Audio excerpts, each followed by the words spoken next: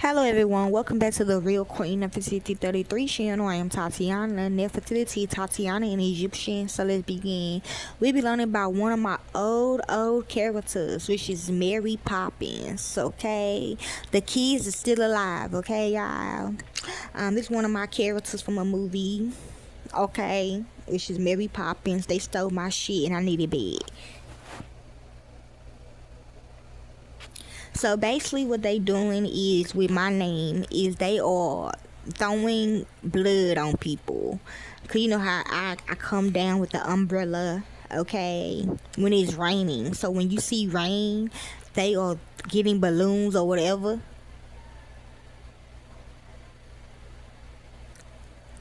and throwing it on people. It could be blood, flesh, or whatever the case may be.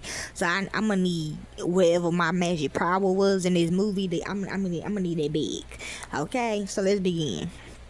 Mary Poppins is a fictional character and the eponymous protagonist of P.L. Travers Books of the same name, along with all of their adaptations.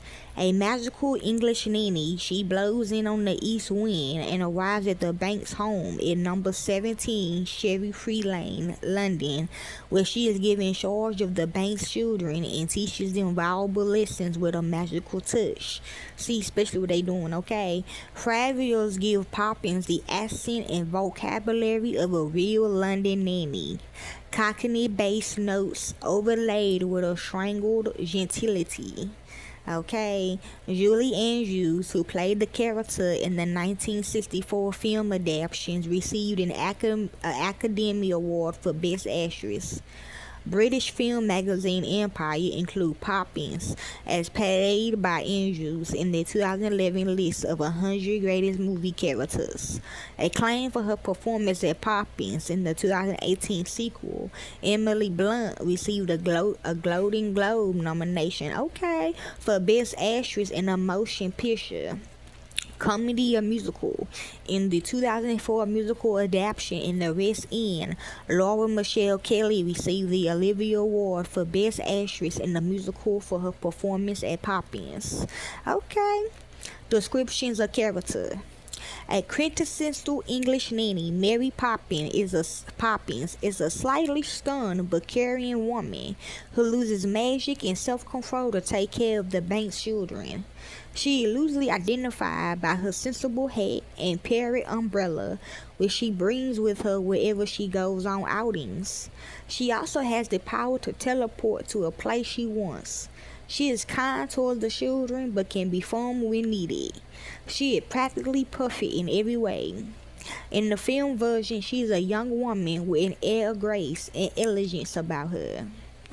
Okay. Literally what I do every day in my life, okay, y'all. Other P.L. Travers were very firm about Mary Poppins' appearance in the novel's illustrations, working closely with illustrator Mary Shepard to create an image of the character.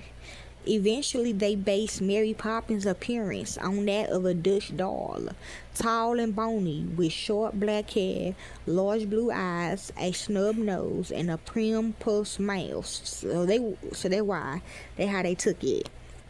Travers originally objected to the casting of Julie Andrews as Mary Poppins, thank you, claiming that Andrews was too attractive for the role. Okay, true. However, upon meeting Andrews in person for the first time, Travers allegedly examined the actress for a few moments before conceding, you've the nose for it. True. Mary Poppins in Travers Books is strict and no nonsense, asserting her unusual brand of discipline over the 4 later 5 bank children in her charge. Mary is very vain and is always admiring herself in the mirror and other reflections. She constantly lectures the children for their bad behavior, especially when they point out the magical things she does, for she constantly denies she is anything but a prim and proper lady. Mary only shows her gentler side around her friends. Among the matchmen, Bert, Mrs. Corey, and Nellie Rubina. Yes, they are. Mary has many relatives, each with their own supernatural or otherwise essential nature. at least one of whom appears in every book. She appears to be well known to every sort of magical entity, sorcerers, talking animals, etc., that appears in the books, some of whom love her dearly, and others who are quite terrified of her. Some characters, most notable and impudent Jackdaw, seen in the first two books, call her the great exception, meaning, among other things, that she is the only human being who has retained the magical secrets infants possess, such as the power to communicate with animals, until they grow up and forget about them. Some of her adventures, yeah, I still talk to animals. Some of her adventures occur in London. Yeah, that's why they call me the kid. Others in strange realms, which later writers might identify as magical dimensions. In literary terms, she might be described as a character who exists in every conceivable fantasy genre, gothic, mythical, urban, etc. At once, there are many strange people and phenomena in the world, but only Mary Poppins is familiar with them all. In the first book, Poppins arrives at the number 17 Cherry-Free Lane, London, home of the Banks family, with her traveling carpet bag. Having been blown in by the east wind, she departs when she opens her umbrella, and the west wind carries her away. Okay, y'all. That's all I got to talk to y'all about Mary Poppins and that what they really doing with my powers and shit. And I need that big. Okay, so that's all I have to say. Hopefully this helps you all. Enjoy.